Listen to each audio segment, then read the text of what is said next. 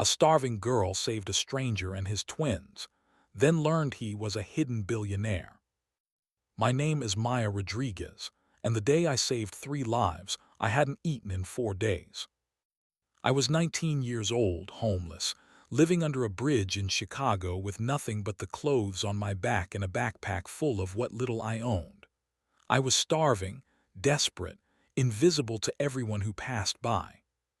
And then I saw the car going into the river. Most people who hear this story think it's a fairy tale. Poor girl saves rich man transforms her life, happily ever after. What they don't understand is that fairy tales don't prepare you for the reality of being saved. They don't tell you about the guilt, the doubt, the feeling that you don't deserve good things. They don't tell you how hard it is to accept help when you've spent your entire life learning that help always has a price. This is the real story of what happened when I made a split-second decision to be brave instead of safe, and how that decision changed everything, but not in the simple, clean way stories usually go. Let me start with how I ended up homeless at 19. My mother was an addict, pills mostly, though she'd take whatever she could get. I spent my childhood watching her spiral, losing jobs, losing apartments, losing everything. By the time I was 15, we were living in her car. By 16, she was gone. Overdose in a gas station bathroom. I found her. I had no other family. No father in the picture, no grandparents, no aunts or uncles who wanted a troubled teenager. I ended up in the foster system, but I aged out at 18 with nowhere to go and no support. I tried, God, I tried. I got a job at a fast food restaurant, but minimum wage doesn't cover rent in Chicago. I slept in shelters when I could get a bed, on the street when I couldn't. I ate from dumpsters behind restaurants, saved every penny for the day I could afford a room somewhere. But that day never came. The city is expensive. Jobs that pay enough to actually live on require addresses, references, stability I didn't have. It's a cycle you can't break when you're at the bottom. By 19, I'd been on the streets for 8 months. I was thin, dangerously thin from not eating regularly. I was exhausted from never sleeping well, always alert for danger. I was invisible. People looked through me like I wasn't there. That's what homelessness does. It makes you disappear. It was a Tuesday in November. Cold, not quite winter, but getting there. I was under the Lower Wacker Drive bridge where I'd been sleeping for a few weeks. It wasn't safe, but it was sheltered from wind. I hadn't eaten in 4 days. The shelter had been full. The soup kitchen had run out of food before I got to the front of the line. I was weak, dizzy, that particular kind of hollow that comes from real hunger, not just missing a meal. I was thinking about stealing food, actually considering it, weighing the risk of getting caught against the certainty of starving. That's when I heard the crash. A car had gone off the road above, crashed through a barrier and plunged into the Chicago River. It was sinking fast, the current pulling it under. People on the bridge were screaming, pulling out phones, calling 911, but nobody was moving. Nobody was helping. I don't know why I ran toward it. Instinct, maybe. Or the part of my brain that was still functional despite the hunger, the part that knew those seconds mattered. I ran to the edge of the river and dove in. The water was freezing. November in Chicago, the river was maybe 40 degrees. The shock of cold knocked the breath out of me, but I kept swimming toward the car. Through the window, I could see a man in the driver's seat, unconscious, blood on his forehead. And in the back, 2 car seats, Bobbies, maybe a year old, twins, both screaming, terrified. The car was sinking fast. Water was already rushing in through the cracked windows. I grabbed the driver's door handle, pulled with everything I had. It was locked. Of course it was locked. The back window was already half submerged. I smashed it with my elbow. The glass was already weakened from the crash. It shattered, and icy water poured in, but I could reach the first baby. The car seat straps. My fingers were numb, fumbling with the buckle. The baby was screaming, water rising around him. Got it, pulled him free. He was heavy, waterlogged, but I held him above water, swimming one-armed back toward shore. Someone on the bank took the baby from me. There's another one, I gasped, and the father. I dove back in. The car was almost completely submerged now. Through the murky water, I could barely see the second baby, still strapped in, water up to her chest. My lungs were burning. My body was shutting down from cold and exhaustion. But I reached her, fumbled with the straps, got her free. Swimming back was harder. I was so tired, so cold. The baby was limp in my arms had she stopped breathing. Hands grabbed me at the shore, pulled me and the baby out. Someone started CPR on the little girl. Sirens were wailing, getting closer. The father, I said, he's still in there. The car was completely underwater now. I could barely see the outline of it. I dove in again. This time was different. This time I was hypothermic, exhausted, running on pure adrenaline. My body wasn't cooperating, but I reached the car, pulled myself to the driver's door. It still wouldn't open. The pressure was too much. The windshield. It was completely shattered from the impact. I pulled myself through, cutting my arms on broken glass I couldn't feel through the cold. The man was unconscious, still belted in. Water filled the car completely now. We were both underwater. I unbuckled his seat belt, grabbed him under the arms, pulled. He was heavy, dead weight. I couldn't get him through the windshield. My vision was going dark. I was drowning. We were both drowning. Then hands were grabbing me, pulling me back. Emergency responders in dry suits, people who knew what they were doing. They got the man out, got both of us to shore. I collapsed on the concrete, coughing up river water, shaking so hard my teeth were chattering audibly. Paramedics wrapped me in thermal blankets, checked my vitals. The hypothermia was severe. "You saved them," one paramedic said. "All three of them, you're a hero." I couldn't respond. I was too cold, too exhausted, too shocked by what I'd just done. They loaded me into an ambulance. The last thing I saw before they closed the doors was the man I'd pulled from the river, conscious now, looking around frantically. "My bobbies," he was shouting.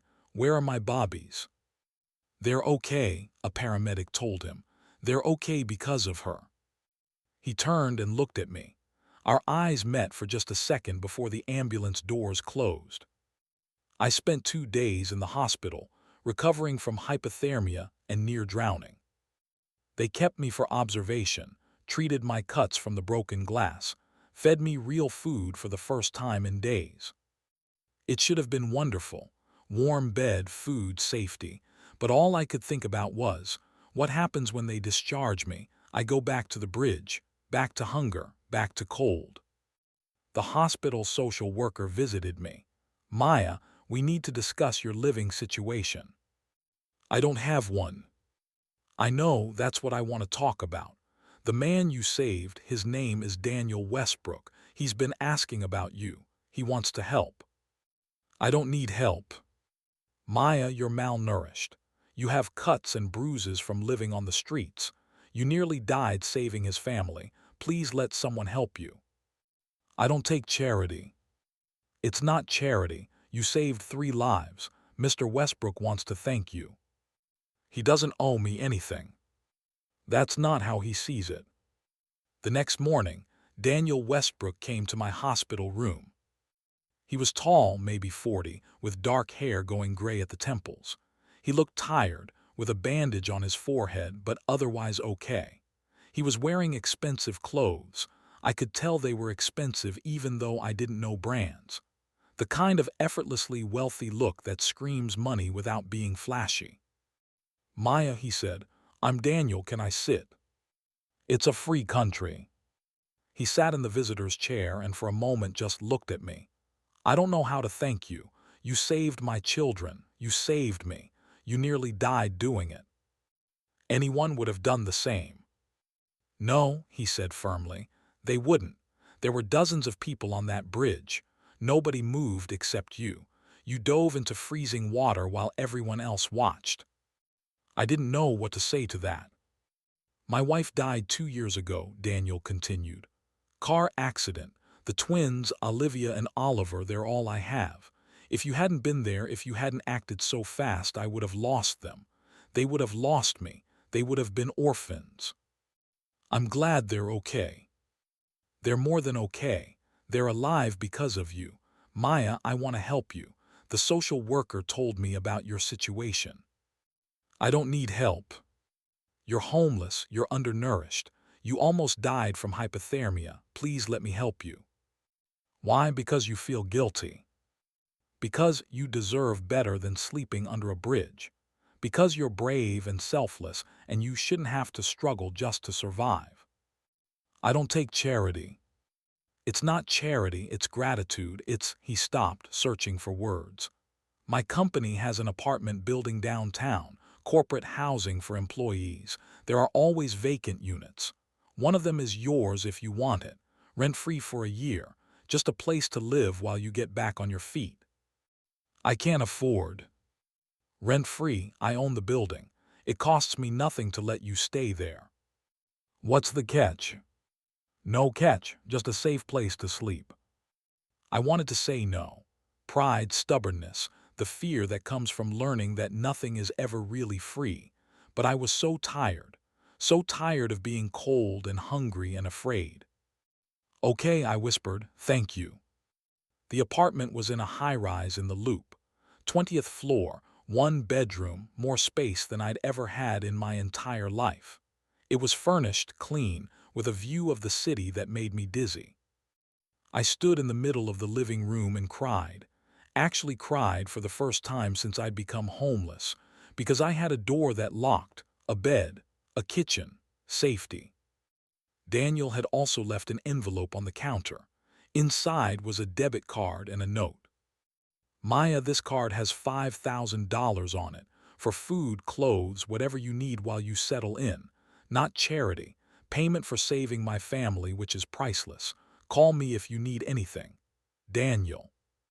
His phone number was at the bottom.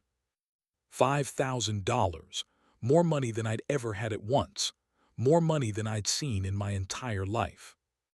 I should have felt grateful, I did feel grateful, but I also felt something else, terrified. Because I knew this couldn't last. Good things never lasted. This apartment, this money, this safety, it would all disappear eventually. It always did. For the first week, I barely left the apartment.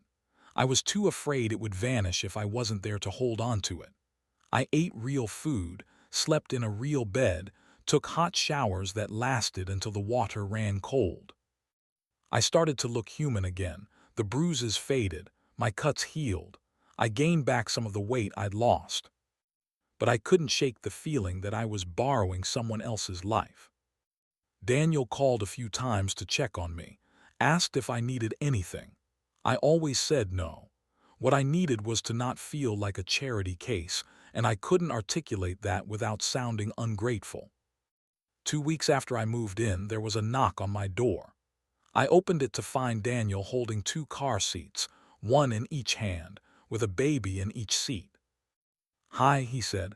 Sorry to just show up, but the twins wanted to meet you, officially. Oliver and Olivia were awake, looking at me with curious baby eyes. They were beautiful, dark curls, rosy cheeks, about 13 months old. They wanted to meet me, I said skeptically. Okay, I wanted them to meet you. Can we come in? I stepped back, let him carry the twins inside. He set the car seats on the floor and unbuckled them, and suddenly I had 2 toddlers exploring my very empty apartment. They're beautiful, I said. They're a handful, especially now that they're mobile. I have a nanny who helps during the day, but evenings are chaos. Where is the nanny now? I gave her the evening off, wanted to talk to you privately. About what? Daniel watched the twins for a moment. Oliver was trying to pull himself up on the coffee table. Olivia was investigating a throw pillow. Then he looked at me. About what happened to you, about how you ended up under that bridge. Why does that matter? Because I want to help you rebuild your life, but I need to understand what I'm helping you build from. You don't owe me anything beyond the apartment. Maybe I don't owe you, but I want to help. Humor me, tell me your story. So I did. I told him about my mother, about foster care, about aging out of the system with nowhere to go, about trying to make it work and failing, about becoming invisible. Daniel listened without interrupting. When I finished, he was quiet for a long time. You never had a chance, he said finally. The system failed you at every turn. Lots of people have it worse. That doesn't make what happened to you okay. He paused. Maya, I want to make you an offer, a real one, not charity. I'm listening. I need help with the twins. The nanny is good, but she's part-time. Evenings and weekends I'm on my own, and trying to run a company while caring for two toddlers is impossible.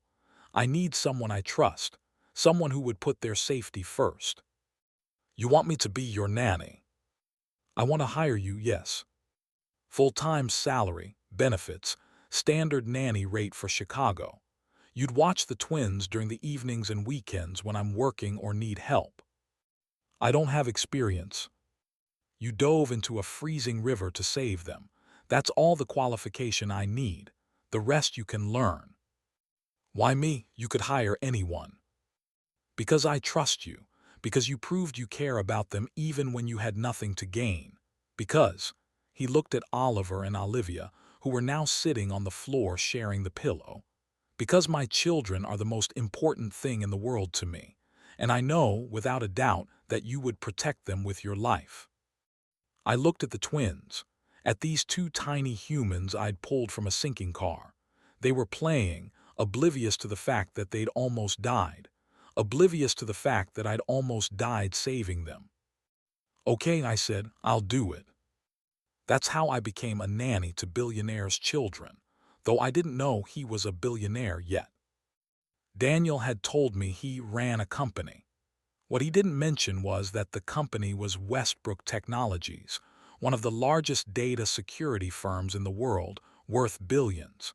That Daniel Westbrook wasn't just wealthy, he was one of the richest men in Chicago.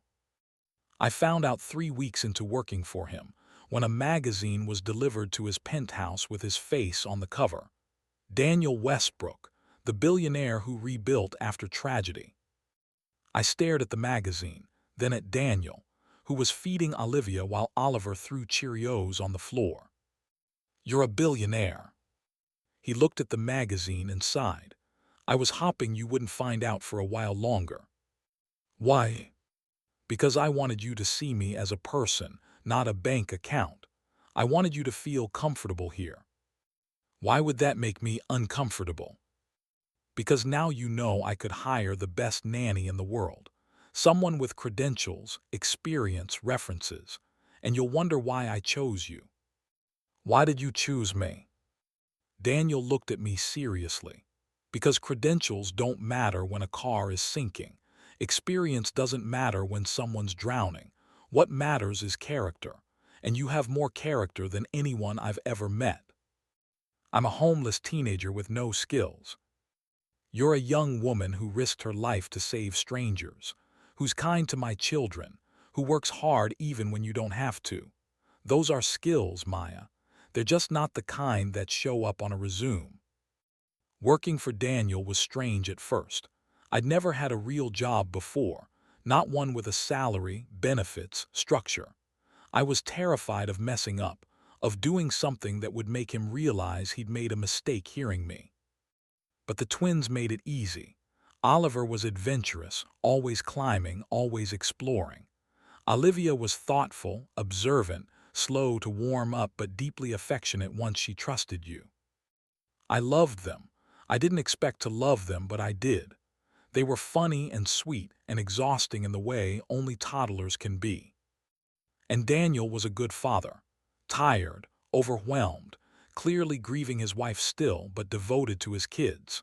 He worked insane hours but always made time for bedtime routines, for reading stories, for being present. One night after the twins were asleep, Daniel and I were cleaning up the kitchen. I was washing bottles, he was putting away toys. "Can I ask you something?" I said. "Always." "Why are you being so nice to me? Not just the job, but everything. The apartment, the way you talk to me like I'm an equal. Why?" Daniel stopped putting toys in the bin and looked at me. "Because you are an equal. You're not less valuable because you've had a harder life. Most wealthy people don't see it that way." "I'm not most wealthy people. I grew up poor, Maya, really poor. My father was a janitor, my mother cleaned houses. I put myself through community college, then transferred to Northwestern on scholarships. I built my company from nothing." "I didn't know that." "I don't advertise it. In business, people respect you more if they think you were always successful. But I remember what it was like, choosing between food and rent, wearing the same clothes every day because they were all I had, being invisible to people who had more. So you're helping me because you see yourself in me. I'm helping you because you deserve help, and because I have the resources to make a real difference in your life. Why wouldn't I?" "Because most people wouldn't." "Then most people are missing out. Helping you has been one of the best decisions I've ever made." 6 months passed. I settled into life as a nanny, into having stability for the first time in my life. I had a routine, a purpose, people who depended on me. But I also had doubt. Daniel paid me well, $50,000 a year, which was more money than I'd ever imagined having. But he also did other things. Bought me new clothes when mine wore out. Took me along on family outings so the twins would be comfortable. Invited me to stay for dinner instead of going back to my apartment. Small kindnesses that felt bigger because I wasn't used to kindness at all. And I started to wonder, was this normal? Was this what employers did? Or was Daniel being too generous? And if he was being too generous, why? What did he want in return? I tried to convince myself I was being paranoid. Daniel had never been anything but respectful, professional, kind. But I'd learned early that people always wanted something. There was always a price. One evening, the twins were asleep, and I was getting ready to leave when Daniel stopped me. "Maya, wait, can we talk?" My stomach dropped. This was it. Whatever price I owed, he was going to collect it now. "Okay," I said carefully. "I've been thinking about your situation. The apartment lease I gave you runs out in 6 months. I want to extend it, make it permanent if you want. No rent, no strings attached." "Daniel, I can't accept that." "Why not?" "Because it's too much. Because I need to learn to support myself. Because I can't be dependent on you forever." "You're not dependent, you work for me. You earn your salary." "The salary is generous. The free apartment is excessive." "The apartment costs me nothing. It's sitting empty otherwise." "It's worth thousands a month in rent. You're giving me thousands of dollars of value, and I can't give you anything in return. You give me peace of mind. You give my children love and safety. That's worth more than rent." "Daniel." "Maya, why is it so hard for you to accept help?" "Because help always costs something. Because people don't give without expecting something back. Because I've learned that every time someone offers me something, they're really just setting up a debt I'll eventually have to pay." The words came out louder than I intended. Daniel looked stunned. "Who hurt you?" he asked quietly. "Who taught you that help has to be transactional?" "Everyone. Every foster home where I had to earn my keep. Every shelter where being given a bed meant I owed them gratitude. Every person who offered help and then used it as leverage later. I'm not those people." "How do I know that?" "Because in 6 months, I've never asked you for anything beyond taking care of my children, which is literally your job. Because I've never held the apartment over your head, never treated you like you owe me, never expected anything from you except what we agreed on professionally." He was right, but knowing he was right didn't make it easier to trust. I want to believe you, I said, but I don't know how. Then let me prove it. Stay in the apartment. Keep working for me. And I promise, I will never, ever make you feel like you owe me more than professional courtesy and good care for my children. A year after I pulled Daniel and the twins from the river, everything changed again. Daniel had been acting strange for a few weeks. Distracted, distant, taking calls in private. I assumed it was business stress.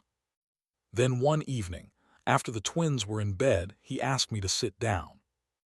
I need to tell you something, and I need you to listen before you react. My heart was pounding. Okay. I've been working with my lawyer to set up a trust fund for you. What, Daniel? No. Let me finish. Please. You saved my life. You saved my children's lives. I have more money than I could spend in 10 lifetimes. Setting aside a portion of it to ensure you're financially secure for the rest of your life is the least I can do. I don't want your money. It's not about what you want. It's about what's right. Maya, you're 19 years old. You have no family, no support system, no safety net. If something happened to me tomorrow, you'd be back on the street. I'd figure it out. Why should you have to? Why should you struggle when I have the ability to make sure you never have to struggle again? Because I didn't save you for money. I saved you because it was the right thing to do. I know, that's exactly why you deserve this. You didn't save us expecting a reward, but that doesn't mean you shouldn't receive one. I was crying now, frustrated and overwhelmed and terrified. Daniel, if you give me money, it changes everything. It makes what I did transactional. It makes me someone who saved you for profit. No, Daniel said firmly. It makes me someone who's grateful, who values what you did, who wants to make sure the person who saved his family never has to sleep under a bridge again. I can't accept this. Then don't, not now. The trust is set up regardless. It'll be there when you're ready. When you realize that accepting help doesn't make you weak, that being given something good doesn't mean you didn't earn it. I didn't speak to Daniel for 3 days. I showed up for work, took care of the twins, did my job. But I couldn't look at him without feeling angry and confused and guilty all at once. On the 4th day, Olivia got sick. High fever, lethargic, not herself. Daniel was in New York for meetings. The backup nanny was unreachable. It was just me and a very sick toddler. I called Daniel. Olivia's sick, fever of 103. Should I take her to the doctor? Yes, immediately. I'll fly back. I'll be there in 4 hours. Daniel, I can handle this. I know you can, but she's my daughter. I need to be there. I took Olivia to the pediatric ER. They ran tests, determined it was just a virus, gave her fluids and fever reducers. By the time Daniel arrived, she was already doing better, sleeping peacefully in my arms while Oliver played with blocks on the floor. Daniel walked in and stopped, just stopped and stared at us. What? I said. You're still here with them. Even though you're angry with me, even though I complicated things, you're still here because they need you. Of course I am. I love them. I know. That's why I'm trying to help you, Maya. Because you love my children, because you've become part of our family, because the thought of you struggling, of you ever being homeless again, it kills me.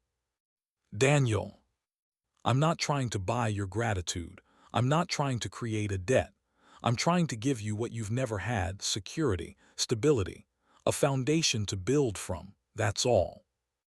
I looked at Olivia, asleep in my arms. At Oliver, oblivious to the adult conversation, just happy his sister was okay. What if I mess up? I whispered. What if I take your help and I'm not worth it? What if I fail? Then you fail, and you try again. That's what having support means, someone there to catch you when you fall, not judging you for falling in the first place.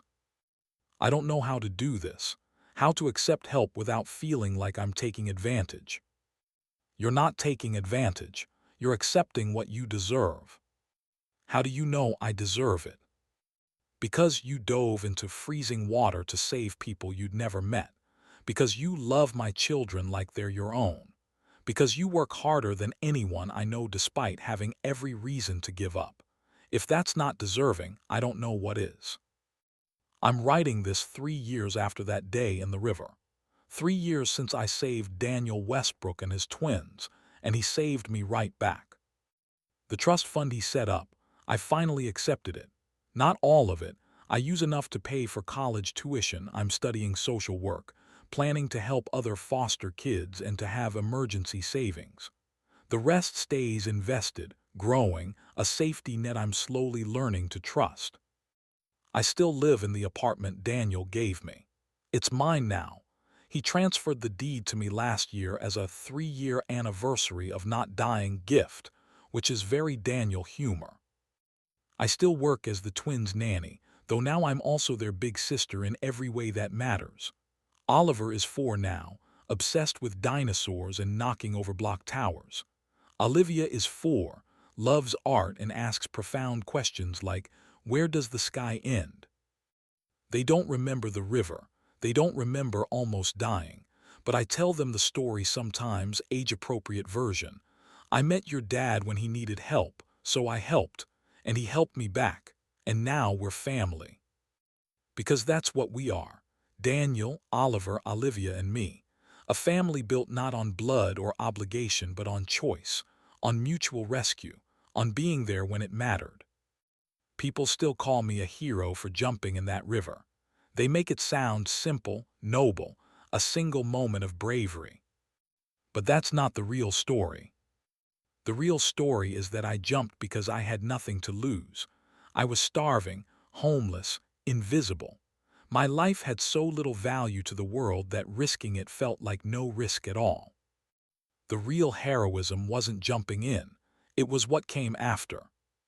Learning to accept help, learning to trust, learning to believe I deserved good things, learning to be vulnerable enough to let someone care about me. That was harder than any freezing river. Daniel didn't just save me with money and an apartment. He saved me by seeing value in someone the world had decided wasn't worth seeing, by treating me like I mattered when I didn't believe I mattered, by being patient while I learned how to accept love without waiting for the other shoe to drop. And maybe I saved him too, not just from drowning, but from raising his kids alone while drowning in grief, from shutting himself off from trusting anyone again after losing his wife, from becoming so isolated in his wealth that he forgot what real connection felt like. We saved each other. That's the actual story. Last week, on the 3-year anniversary of the accident, Daniel took me, Oliver, and Olivia to the bridge. We stood looking down at the river, the twins holding our hands, oblivious to the significance. "Daddy, is this where you fell in?" Oliver asked. "Yes, and Maya jumped in to save us." "Maya's brave," Olivia said matter-of-factly. "The bravest," Daniel agreed. "Why were you brave, Maya?" Oliver asked me. "Because your dad and sister needed help, and when people need help, you help them. Even if you're scared. Especially if you're scared." We stood there for a minute longer, then walked back to the car. As we drove away, Daniel said, "Thank you." "For what?" "For jumping, for staying, for becoming part of our lives, for teaching me that family isn't just who you're born to, it's who you choose." "Thank you for choosing me," I said. "Thank you for choosing us back." And that brings us to the end of Maya's story, a tale not of simple rescue, but of mutual salvation. Her journey reminds us that being saved is often harder than saving, that accepting help requires more courage than giving it, and that real family is built on choice, not obligation. That sometimes the people we save rescue us right back, and the greatest act of bravery isn't jumping into the river, it's learning to trust the hand that pulls you out. What would you have done in Maya's position? Is it harder to save someone or to let yourself be saved?